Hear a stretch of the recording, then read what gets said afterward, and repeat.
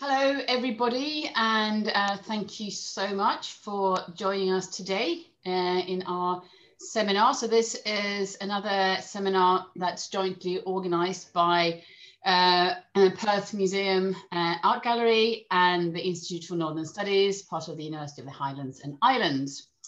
And we are running a series of seminars themed around kingship, medieval kingship in particular. And this is because we have project funding from the Royal Society of Edinburgh, and when we are researching medieval kingship and rituals associated with kingship. And as part of that, we have also a number of public seminars. And so today we are very, very pleased to have David Strachan with us. And David is the director for Perth and Kinross Heritage Trust. And he's going to be telling us about the long-standing project and excavations that they've been doing at King's Seat in Dunkeld. And the project started initially in 2015 and properly from 2017. This is still ongoing, and the publication will be forthcoming in the next few years, I think. But so today, Dave will be giving us a summary of the work that they have done so far. So his title today is Excavations at King's Seat Pictish Royal Centre. And I'll give the word to you, Dave.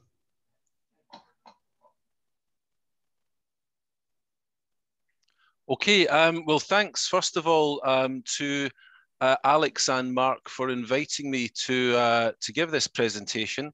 I'm just sharing my screen now, and I'll assume that that's now becoming visible to everyone. Yep, that's fine.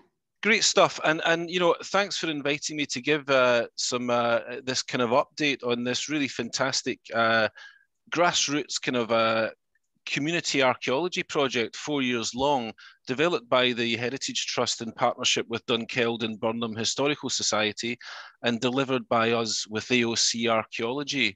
It really has been a kind of grassroots affair, as we'll find out. And part of our kind of citizen science model, if you like, which is kind of people learning skills outdoors while contributing to our understanding of Scotland's past.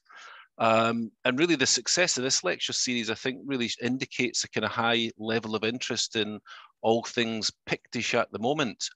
But in terms of hill forts, Perth and Kinross, you know, has got a long history of hill fort research, going right back to Dunsinane here at Dunsinane. Back in the late 18th century, the scars of the early excavations on this aerial photograph are visible. And really around 1900, David Christensen became interested in the kind of morphology and the setting of these sites, and what was really an early kind of regional piece of kind of synthesis and study. So, you know, within that background, the site at Dunkeld itself is, you know, is really prominent as you pass by on the A9. It's a really strong strategic position on this distinctive bend of the Tay, with long views north and south along the valley. Hill forts themselves are largely an Iron Age phenomenon, but in Scotland, as in Wales, we've got early medieval examples from, you know, what we used to call the Dark Ages. And these nucleated forts, you know, were really identified first in the mid 20th century. But since then, archaeologists have used the early historic records and morphology, the sort of shapes of the sites, as a basis for trying to find these early medieval examples, which are much fewer. You know, with mixed results, I think it's fair to say. In Perth and Kinross, recent projects on the Ochils and the Sidlaws have looked at the dating of forts through the Glasgow University's SERF project and through the Heritage Trust's Tay Landscape Partnership Scheme.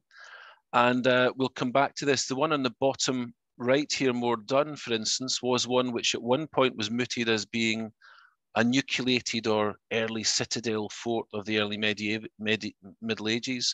But in fact, all of the sites that we've excavated there are in fact Iron Age. But, you know, we have got the kind of, if you like, the classic early medieval fort site in the area Late 1970s, Professor Alcock from Glasgow excavates Dundurn near St Fillan's, and this is mentioned twice in the Annals of Ulster relating to this siege in 683. And, you know, it became a kind of, as I say, a sort of site type, you know, at the same time he was doing work down south in South Wales and Dinas Powys and Dinas Emery, etc. And really the excavations at Dundurn identified sort of 3 stages of fortification between about 500 and 800 AD, you know, identify in its high status occupations, skills, specialist sort of crafts and skills going on, especially metalworking, and this imported pottery, another feature. So when we look at our sites now, we can see both of those sites actually, or our site, Dunkeld King's Seat, shares a very similar geographical location to Dundurn, really being on that kind of on that Highland fault line. You know, the link between the lowlands and the uplands on a major river/stroke terrestrial route. And this is really how the site appeared until a few years ago. And given the importance of Dunkeld in early medieval and medieval Scottish history, the site had received very little attention from archaeologists at all, not in small part due to the fact that it's so overgrown. It's largely been inaccessible since the 1960s. The Victorians planted it up with rhododendrons, which on the top had become impenetrable basically by the sort of 1960s. And therein is the origin of the project. Dave McDougall of the Dunkeld and Burnham Historical Society approached us initially about asking about clearing the site of that vegetation, and you know, we gave some advice and discussed permissions with Hess, etc. And in the end, you know, Dave McDougall arranged volunteers clearing this stuff by hand over 100 hours with this small team to really make, you know, to make the site accessible again in the first instance. And really from there, yeah, and this small team, you know, they really opened up the site and began this discussion between the local community and ourselves at the Heritage Trust about what could be done. It was partly inspired, I think, by the work we were doing on the Tay Hill forts and the significant community involvement that we saw in those programs. And from there, we kind of developed this this project to explore archaeologically the site, which has never been excavated before. And our starting point, if you like, was to go back to this Royal Commission survey in 1957. The site was then scheduled 1960. But as you can see morphologically, it contains sort of 3 elements. This upper central sort of citadel at the highest level, then the second, on a tier down, this kind of western enclosure with multiple banks here, and then further down down another level, this eastern enclosure. And really, they're all very, very different in shape and sort of look in a way. So, you know, we sort of developed a project which sort of aimed to ask, you know, what was the relationship between all of these different enclosures? Were they all the same date? What was the extent? You know, were they all for the same function? Was it an earlier Iron Age fort with an early medieval fort put on top? You know, all these sort of questions. But also, we were looking at improving management, public engagement, and the wider context. And you know, tying that in with research questions, both at a national level. And you know, feeding into our ongoing Perth and Kinross archaeological research framework, which, if you're interested in, you can find out more in our on our website. So, Historic Environment Scotland granted us scheduled monument consent for 3 years of excavation with 7 trenches, really to investigate all 3 of those elements. And you can see a number of trenches in this central enclosure, some in the west and some in the eastern enclosure. As ever, this had to be tempered by available finances, manpower, its ability to do the work, etc. So it became, you know, a case of balancing various questions with against available resources. So in summary, I'm going to now just go through quickly the results of these various excavations in these various trenches. And I'll start with this upper enclosure. I'll then go on to discuss a little bit more about the context and sort of the wider kind of community value of the project, if you like. So this upper central enclosure, as you can see, it's kind of roughly kind of oval. There's almost certainly a real entrance in around here, possibly a postern entrance over here. Much of this wall had collapsed down to the side, and it survived really as this kind of low bank around the flattened top of the hill in the summit, if you like. And with a series of trenches, 2, 3, 4, and 5 to investigate this. So Trench 2 was really looking at this large glacial erratic boulder, which was sitting right on top of the bedrock in the plan as we saw. And this was partly triggered by a feature on St. Fillan's at Dundurn St. Fillan's, where this feature St. Fillan's chair. And it's possible, you know, and as you can see, this boulder in Dunkeld is broken in half at some point, and it's got these holes drilled into the top. Not modern drilling, but you know, we decided it was, as a feature, it was worth exploring just what was around about it. And we were particularly looking around here for any fixtures and fittings associated with it, potentially any carvings in the bedrock, that kind of stuff. And we did find some shallow deposits, etc. But it really didn't produce kind of what we were kind of looking for, in a sense. You know, we wanted to check that there wasn't any kind of significant activity around about that feature. The main wall of that enclosure, you can see here, really, you know, largely eroded away, much of it falling off the slope, as I'd said before, but you can just about make out an inner face to the wall here. And very probably earth and stone construction. So, you know, not a huge amount left, but, you know, we have to remember the site's been under woodland for a huge amount of time as well. So there's the impact not just of the recent rhododendron roots, but of all of that woodland history as well. In the other trench, in Trench 5, we found, again, we could confirm where the wall had been, and that's partly because it confirmed the line suggested by the earthworks, but not huge amounts that we were able to study.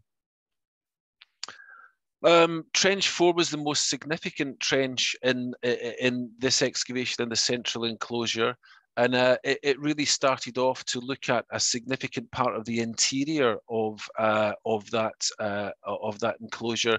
And as you can see, it was really in two parts. We are now standing on the west half of the enclosure, which is kind of up high on a rocky outcrop, and the eastern half of the enclosure is quite low down, and that's where this trench was positioned. It was about 20% of the eastern enclosure, which was quite a significant amount of that enclosure to excavate, and it produced, you know, over 200 small finds alone, this one trench, you know, indicating a concentration activity over quite a long period of time, and also a number of in situ structures and features.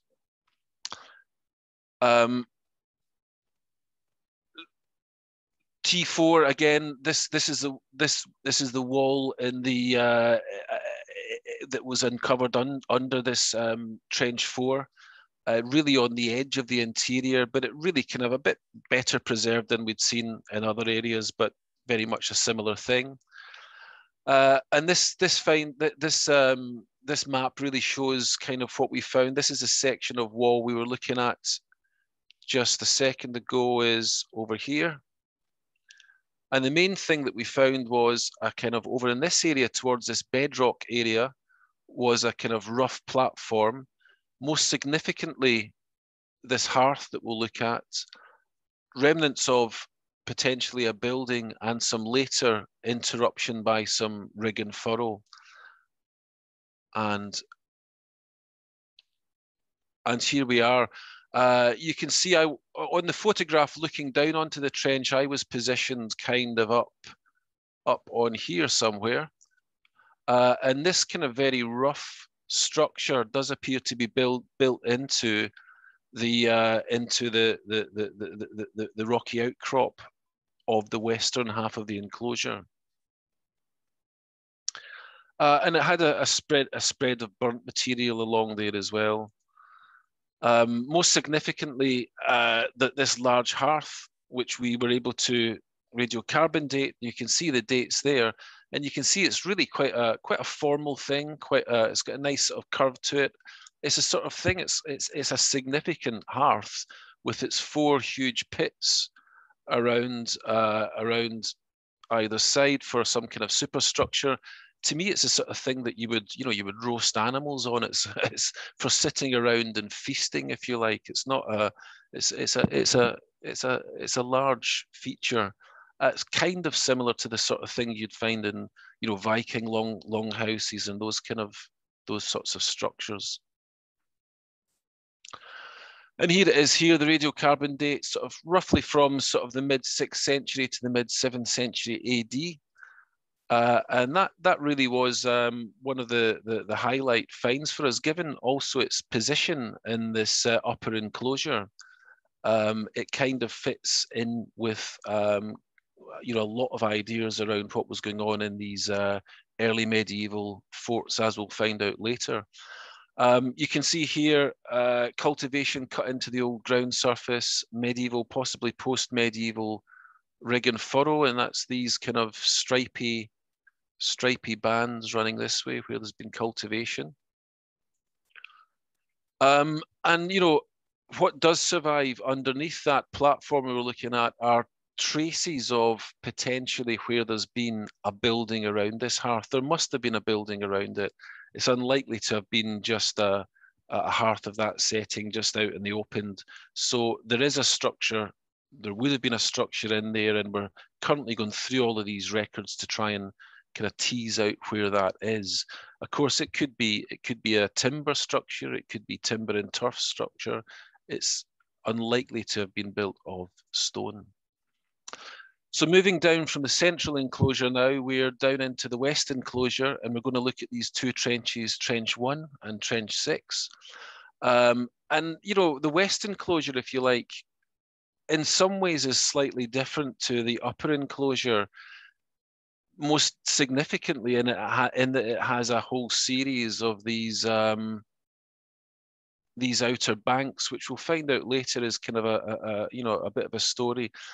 I'm pretty sure that there is an entrance coming up into here, which would have been an original entrance. And again, there may be another kind of postern entrance here, which is actually the way we have been getting onto site in recent times. And it kind of suggests that the kind of front doors, if you like, are kind of this way.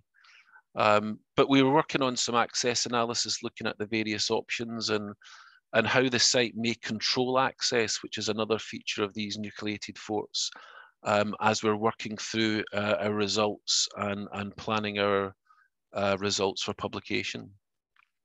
So the first trench, and this is this big long trench, Trench 1, at the upper enclosure going down from the top bank all the way down here, there was remains of a stone and earth structure, underneath which we found this post hole and another date from there. And you can see it's more or less similar to the date from the hearth.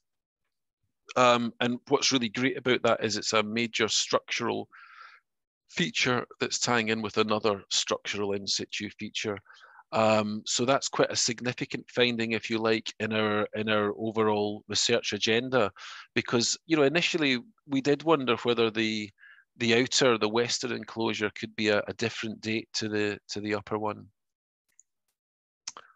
The middle bank again, and you can see the problem with these are huge walls which are constructed on really quite significant slopes. And the tendency is they tend to topple in time, but that's really, again, what we're working through at the moment are the results of all of the records, the drawings and all the plans, etc., to try and come to some conclusion as to how this next bank down would have featured. It may almost have been like a series of terraces. So this is our first bank we looked at in the first slide. We're now at this bank here, and going down again. The lower bank may well have been a kind of curbed kind of trackway. It may well be some, you know, Victorian kind of landscape aspirations here. And of course, the site sits in the grounds of Dunkeld House, which you know, and you know, there has been a kind of designed landscape aspiration there, and this may in fact be may well be Athol Estates at play rather than anything prehistoric. And the second trench here now at T6, if you remember, was kind of looking at the interior of this western enclosure. And again, some really more significant results here in that we had this series of hearths, one over here, and in fact, there were two hearths built on top of each other in here. Potentially the remains of a kind of fragmented sort of floor structure or some kind of surface in the middle here. Apologies, I'm struggling a little bit with the technology here. And these are the sorts of hearths that we found in here, and you can see they're you know, again, they're still fairly formal, but nothing of the scale of the big hearth up in the upper enclosure. These are much smaller in scale, and as I say, a couple built on top of each other. And again, we're working on the theory that there could well be a building around this. And again, you know, the finds from all of these, as we'll find out, are sort of indicating, you know, metalworking and various industrial activities, which fit in very much with the what we find at other sites of this date. Then finally, the east enclosure, which we can see one small trench down here. The east enclosure really quite odd in that if we look at, you know, this, as I say, is really in two parts: rocky western part, nice flat lower eastern part. The western enclosure, nice flat internal areas here and here, and potentially our building in here, with this rocky outcrop almost dividing up the western enclosure into two parts. The eastern enclosure, however, is extremely uneven, extremely rocky. Just, you know, you wonder, why did anyone want to enclose that area? What could you do inside it that wasn't extremely awkward and difficult? And, you know, and with our limited resources and our limited trench here, we fortunately had quite good results in trying to work that out. So this is a section through the trench. This is, if you like, the outside of the enclosure here and the interior of the enclosure here. And we managed to get quite a decent section through this, this bank here. The bank of the east enclosure does change hugely in nature, or appears to change hugely in nature along its line as you look at it as an earthwork. But in this section, we found really an earthen core with two massive facade stones on either side, which gave it quite a, you know, a distinctive construction, quite similar to what we'd seen at the other sites. But brilliantly on the inside, we also found some huge charcoal area with slag and some what looks like ironworking going on in here, which will, of course, and will be a candidate for radiocarbon dating, which is still ongoing at the moment as we work through the post-excavation stuff. But it looks like, you know, ironworking down in this lower area here, and you can imagine in this very rocky site that, you know, with various sort of, if you like, platforms, you know, natural platforms and, you know, surfaces to work on at different levels could be quite useful in for this type of activity. And in fact, metalworking was, and I'm kind of going on to the finds, the small finds from the site now, and metalworking was really one of the significant elements of the small fines assemblage, and included a huge variety of molds, including these mirror molds, which may have been, used for creating lamps and hammering out lamps, and other sorts of ingot molds, which kind of indicate, precious metal working rather than iron working. And these are occurring from right across the upper and the central and the western enclosure. So if you like, both the buildings in the upper enclosure and in the western enclosure. And these little ingots just for melting material into, potentially molds for pins and brooches, etc. And all of that post-excavation work is into these finds is still going on by the team at AOC. And a huge number of crucibles for melting down the metals, and including this quite unusual one, which we think might be a kind of crucible stand, something to put your crucible in, either as you fill it or prior, before it's filled or after it's been used. Evidence direct use of metalwork itself, whetstones, knives, blades, quite a lot of stuff, which quite significantly, given the date of the site. And another kind of, if you like, key indicator of this early medieval kind of high status sites are the appearance of this e-ware. And we had a number of trenches from a number of shards from trenches 2 and 4 and from trench 6. So really, again, the upper and western enclosures here.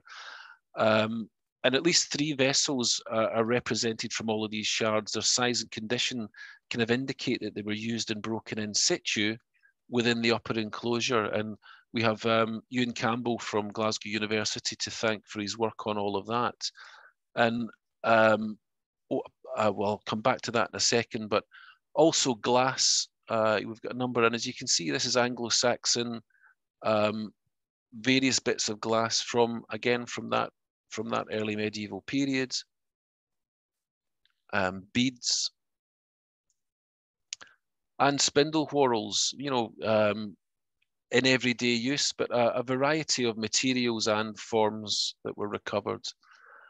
And we also had potentially this this cache of slingshot, which these are a huge amount of river-worn pebbles which turned up in the upper enclosure. They've clearly been taken up there for a reason, and one possibility is that they were used for in slings.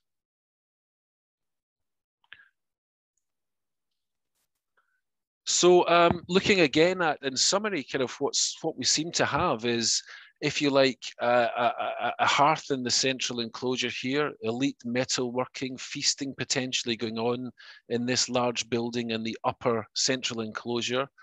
Again, more hearths, potentially a building down in the western enclosure, and then in the lower enclosure, evidence of ironworking.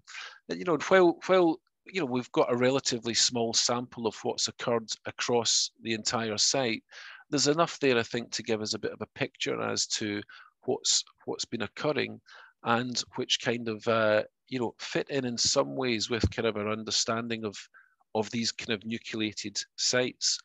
And this is our kind of reconstruction looking south from the site, and you can see the different tiers here. So effectively, this would be our upper central enclosure with our large building. The western enclosure with its entrance coming in here from the north, and our trench 6, some more wet metal working happening in here, and some outer work here. The eastern enclosure, we can see part of that there. And it gives it this kind of hierarchical feel, and very much a sort of a layout which is about controlling access, and, if you like, different activities happening in different zones, potentially with, if you like, ironworking down here and more precious metals, and then feasting occurring up in the top. Visibly controlling the main kind of terrestrial route it's really a place of meeting and feasting, you know, for making bonds with peers and establishing authority, you know. So that seems to be what the site is about. But since we began the project, yeah, new information has come to light, and this is LiDAR data, which is, if you like, very accurate, although in this case very low resolution, digital data captured from aircraft, which create this topography model, this kind of, if you like, a terrain model of the area.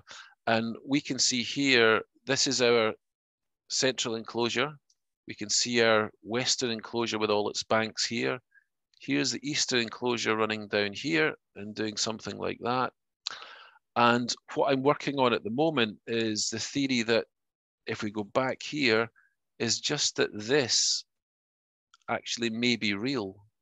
And hopefully you can just make out what appears to be a ditch running along to here, which then makes use of the natural cliffs round about here. So it would be significant if it is real that this southern enclosure would be larger or the same size as all of the elements of the stuff on the to the north of the central enclosure and its outer annexes, if you like. We were hoping to trench this in 2020, but unfortunately, with COVID, etc., this has been delayed. We're still hoping to potentially have a look at that this year. So it would be really a shame if we weren't able to at least confirm if it was real or not, because it kind of does raise a whole question about, you know, where were people living, you know, when they had these power centres? Were we just talking about dispersed farmsteads round about? And, you know, we were involved in lead excavations looking at the turf longhouses up in Glen Shee, these Pitcairnmick type buildings, which are sort of the same date, a little bit later, but, you know, Pictish houses have been particularly rarely located on the mainland. And, you know, at the time of the kind of establishment of the Anglo-Saxon burghs, etc., is it possible that we could see sort of concentrated settlement around these power centres? And again, this has been kind of suggested by Gordon Noble from Aberdeen University around Tappa North Hill Fort in Aberdeenshire. So it may well be that we've got potentially something similar happening here on this south-facing flat area below the fort site itself. So really going back to what we know about forts in the general area, we've added sort of more, you know, more to what about more excavated sites in the area, and we're now getting quite a well-studied little area for hill forts around about the Tay. And much of this work down on the Ochils was the work of Tessa Poller from Glasgow University through the SERF project. We then looked at the examples on Moncrieff Hill and Abernethy Law, which are about to go into publication. And of course, King's Seat and Dundurn. And we'll come back to this one, which along here, which should be, I think it's just out of picture, but the example at Clatchard Craig, which is another classic early medieval site in the area. But it also makes us review, you know, how useful is this kind of morphology in trying to predict, you know, where these early medieval sites are. And it may well be that, you know, their size or topography, their landscape context is at least as useful an indicator as the kind of morphology. Basically, in this example, the suggestion was here, I mean, we have Clatchard Craig up here, that you have this central citadel, and you can see these citadels in these nucleated forts with a series of kind of outer annexes, as we saw. And the suggestion was that this was the same at More Dun on Moncrieff Hill, although as I mentioned, this seems to be entirely earlier Iron Age date now. But we can also add Dunkeld to what we know about early medieval forts in the area, and I have flagged up now you know, the three in this area that we know are early medieval, and Clatchard Craig down there in Newborough, which you know, was excavated back in the 50s prior to its unfortunate demise through quarrying.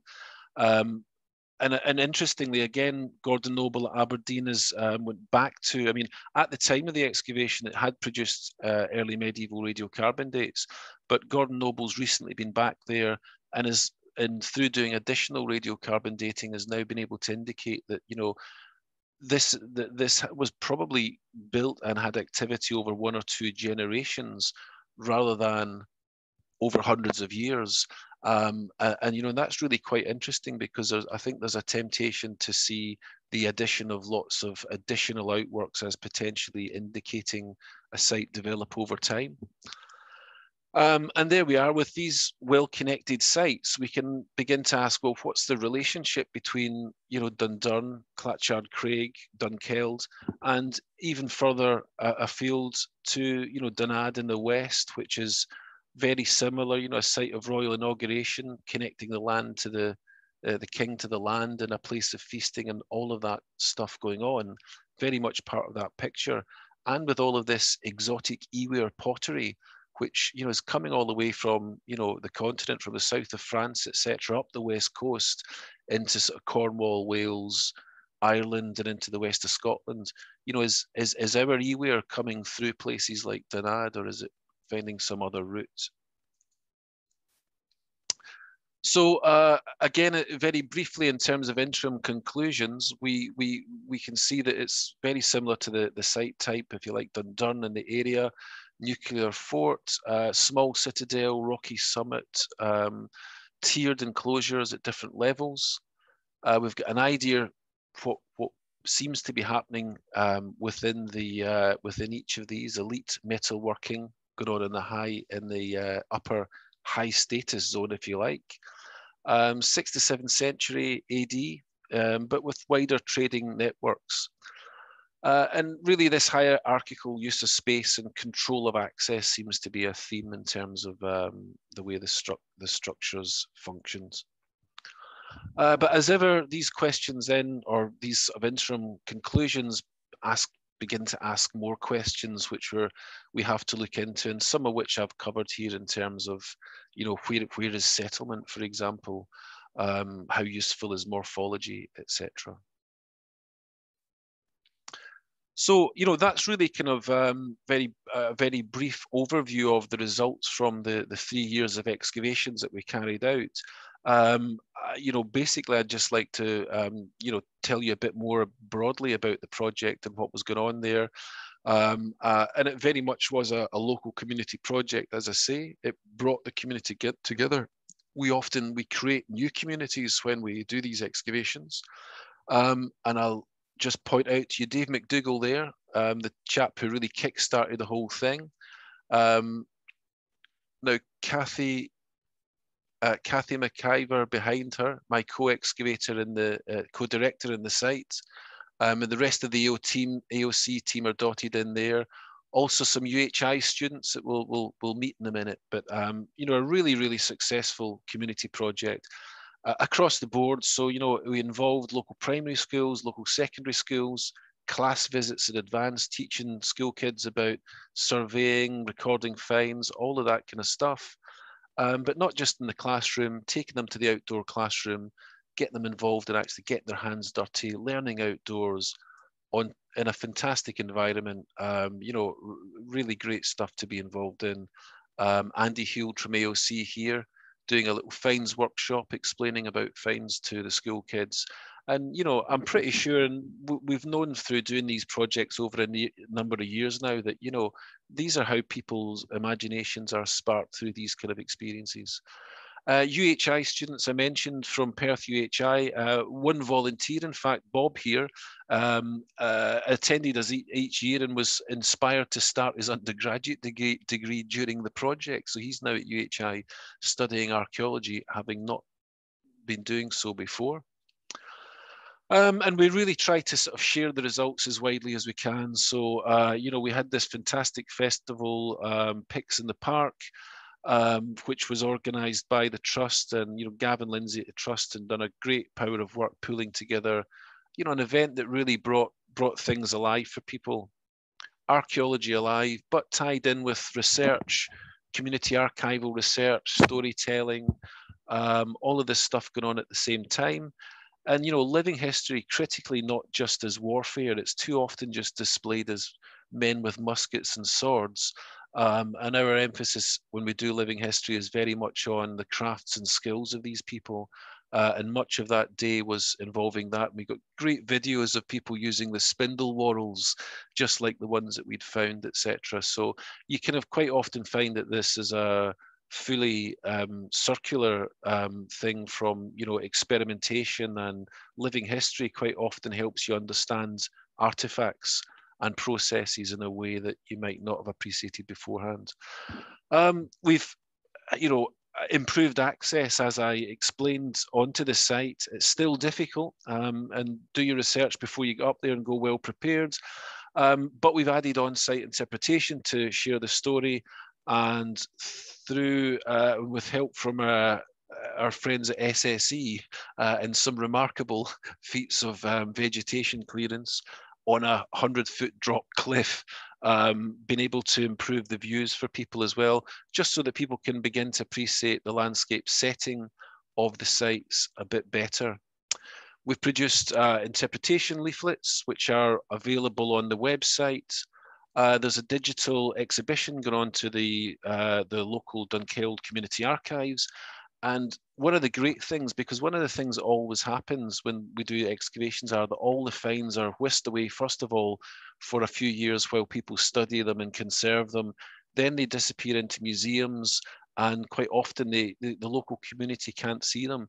Now, these finds that we can see in front of us are actually digitally laser printed, printer finds. They're not actually real finds, and they've been hand painted. And again, thanks to the remarkable team at AOC, who have created these reconstruction physical objects, which we are now going to put into display in the community archives, just so that the local community can go in there and say, look, that's what they found, that little spindle whorl or whatever. Also a huge amount of stuff going online. There's a fantastic little project video. If you go onto the Perth and Kinross Heritage Trust website, you'll be able to find out loads there, place name studies, all the results from the excavations, etc. We're very much about sharing the results as we find them. And that's really it. I'm just to say thanks to my co-director, Kathy McIver, on site, to all of the AOC team, all of the guys at PKHT who've been involved, all the people involved in the small finds, the funders, and especially to all of the volunteers who really helped to make the project such a success. PKHT is a charity. If you want to help to support us doing what we do, you can go to our website and have a look at our publications. Buy a publication. It's a great way to find out more about heritage in the local area and support the Heritage Trust. Thank you. Well, thank you very much, David. That was absolutely fascinating talk. Good to hear a summary of the really interesting results, and also to hear about the community involvement. It's clearly a important site for the area, and that's so good to see so many people involved. And we have a few questions in the chat as well, so we can maybe ask you a few of these. So the first one I can see here, could the large hearth be for ironworking or blacksmithing? It could. I mean, it's entirely plausible that these things are used for multiple uses. It could well be for all sorts of crafts around there.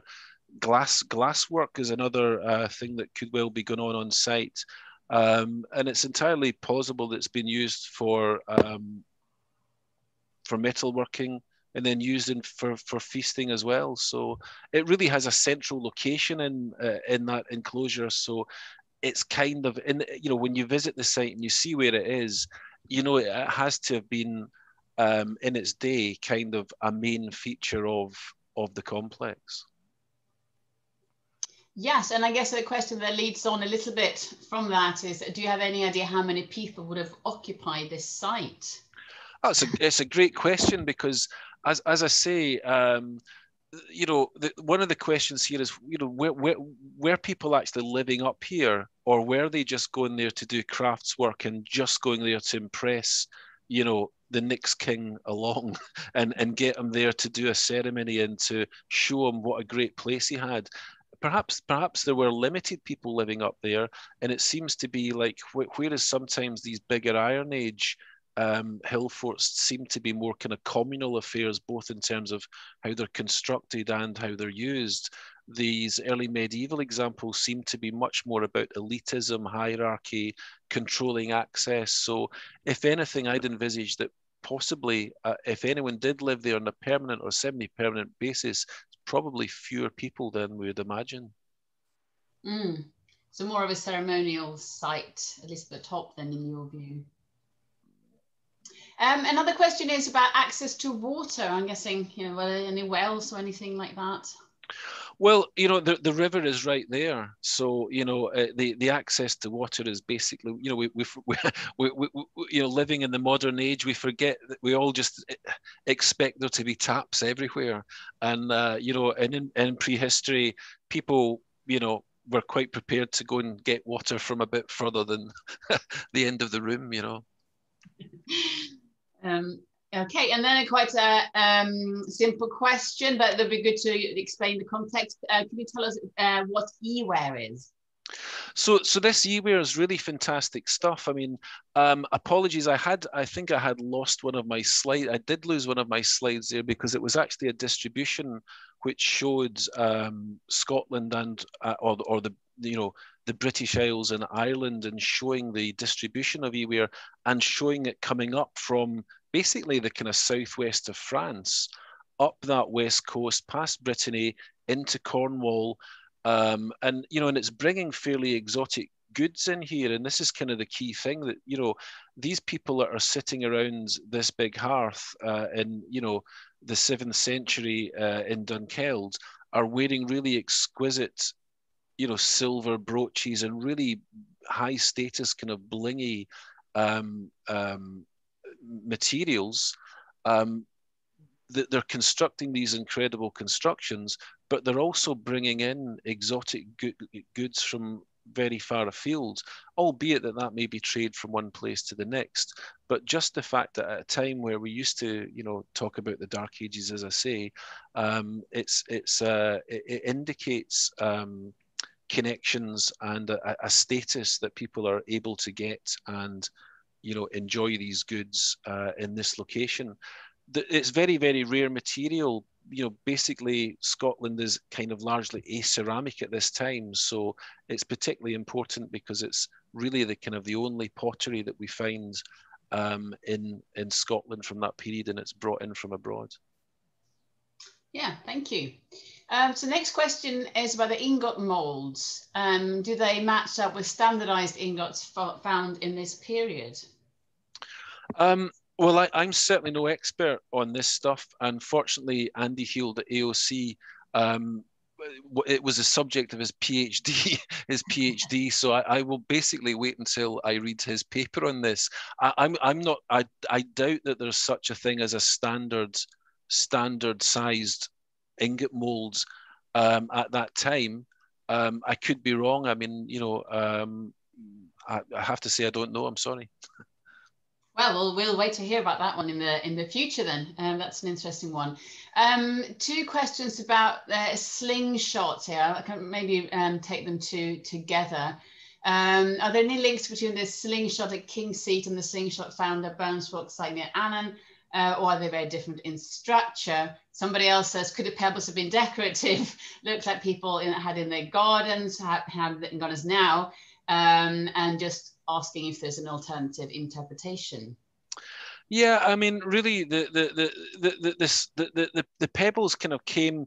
They didn't come in one massive pile. You know, it wasn't a kind of in situ. You know, which kind of was a suggestion of the slide I showed at Maiden Castle. There was very much in situ, you know, piles of these pebbles found. but they were very much found in a kind of concentrated area. But again, we're down to kind of the problems of bioturbation on this site and many sites in Scotland where, you know, if they were together in a kind of a recognizable group, just centuries of tree roots and rhododendron roots have just churned them up. So unfortunately, it was really difficult to say whether there was any context there. You're absolutely right. There could be other interpretations for them, but they didn't seem to be heat affected. They weren't burned or cracked, which would be, you know, one other use for stones is to heat them up to heat up food and water, etc. So it didn't appear to fall into any of those categories. I'm not sure. You know, you can use pebbles like this for surfaces inside buildings or at entrances to buildings, etc. But you know, yeah, as ever in archaeology, sometimes there'll be a range of possibilities, and slingshot's certainly one. They came from just inside the wall of the upper enclosure. So, you know, their location there sort of suggests, if they are in situ, that they were there beside the wall, and that kind of might suggest that somebody might have been wheeking them over the side. Thank you. What about the spindle walls then? How many have been found? Any sort of concentrations of these finds? No, again, you know, they were found across both from the upper and middle enclosures, if you like, and you know, no concentrations. You know, quite a lot of the site, again, you know, the number of sites where we actually had finds that were in situ were fairly limited just because of the disturbance of the root action, etc. I think what was kind of interesting was that there was a variety of materials and a variety of kind of styles. And again, I'll just wait until someone who knows much more about spindle whorls than I do tells me, you know, what all those parallels are. And they'll go off and look at comparanda. They'll look at, you know, similar designs and similar styles, and where are all the parallels from other sites. And, you know, and sometimes that brings up stuff and it lets you make hints, or it hints at suggestions or explanations. And sometimes it doesn't. It just shows you that, you know, people were using that style of stuff at that time. And we have to remember that there were fashions in the past in the same way that there is, you know, today. Thank you.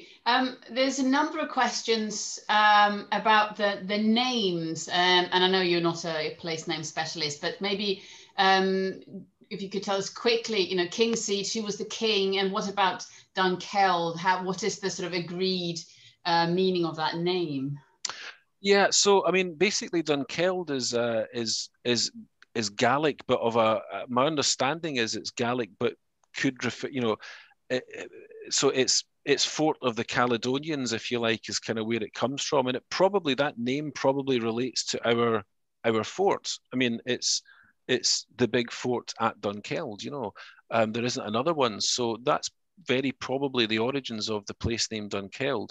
The King's Seat name is Scots, and it could well be because, you know, on one hand, that idea of a royal seat and being a kind of seat of residence of a king or something like that. But it's quite possible that it may actually refer to a royal hunting seat, which, you know, and may well be kind of more of the kind of high medieval date, if you like. Interestingly, there's another king's seat on the other side of the river across from Dunkeld. And it may well be that just in that area, it's actually to do with hunting as a royal kind of seat of hunting, if you like. Oh, thank you. That's very interesting. Looking a bit more at the archaeology, then we have a few more minutes, if you don't mind. We'll take a few more questions. How about the walls of the timber-laced? Whether the timber-laced kind found on similar Pictish sites? Well, you know, it's clear that there were a variety of wall types constructed, but, you know, we certainly just didn't have the preservation that, you know, I mean, for instance, the remarkable stuff that Gordon Noble found up at Burghead recently, you know, is actually similar to what we were kind of very similar to the sort of stuff we were finding at Abernethy Law, which, you know, historically was a very incredible one where it was, where that kind of timber lacing was recognised early on in Scotland, and on Moor Dun. But the problem with walls that are built up on tops of hills are that they just tend to fall over and fall down, and and particularly if they're, while there's significant advantages to mixed material construction at the time when you build a wall, and that's incorporating timbers, incorporating soil and stone, because everything settles and rests in a way that it just doesn't if you have a pile of stones all precariously held together under huge amounts of pressure. The problem with that archaeologically is once those organic materials like wood and soils begin to erode, you're basically left with stones and spaces, and that usually doesn't work. Thank you. Next question here, asking about feasting evidence. Is any animal bone from the sites to go with the hearths, for example? Yeah, there's a huge amount of bone material, as ever. Well, it's great. The preservation of bone on the site was good because we have literally hundreds of bits of bone. The problem is that we're going down to looking into all of that and trying to figure out what if any of it is actually contemporary. Again, we're back down to the problems of stratigraphy and secure contexts. And we unfortunately don't have the budget to radiocarbon date 600 bits of bone to see which ones are early medieval. So it's difficult, but yeah, it is something that the post excavation will look at. Okay, I think maybe we'll have one last question here before we let you go. Someone else, is there any evidence of Roman sites reused? I don't know if there's a wider question in that or. Of Roman sites reused in the early medieval period? I guess that's a question, yes. Well, it's not a huge one I know of. I mean, I know that there's this potential site at Rath-in-Veramans, which and I'm not sure if that's it's never been securely sort of put in place, but it could relate to reuse on the site of Bertha Roman fort in this period. But it's not been strongly proven, if you like. Well, thank you. There are also many comments here thanking you for your fantastic presentation. It's been enjoyed by everybody, and also thanking you very much for the involvement in the community as well. And quite a few people who studied archaeology and island studies and other courses at UHI, and saying how much you enjoy them. So thank you very much for that. So yes, unfortunately, we're coming up to the end of our time now. So we haven't got time to answer all your questions, but thank you so much, David. It's a fascinating presentation today. And, we will have further opportunities. Maybe we can invite you back when you're a bit further along with the results, and we can hear more about this at a later point in time. But thank you, everybody, for coming along and for asking so many fascinating questions. And thank you again, David. Many thanks, Alex.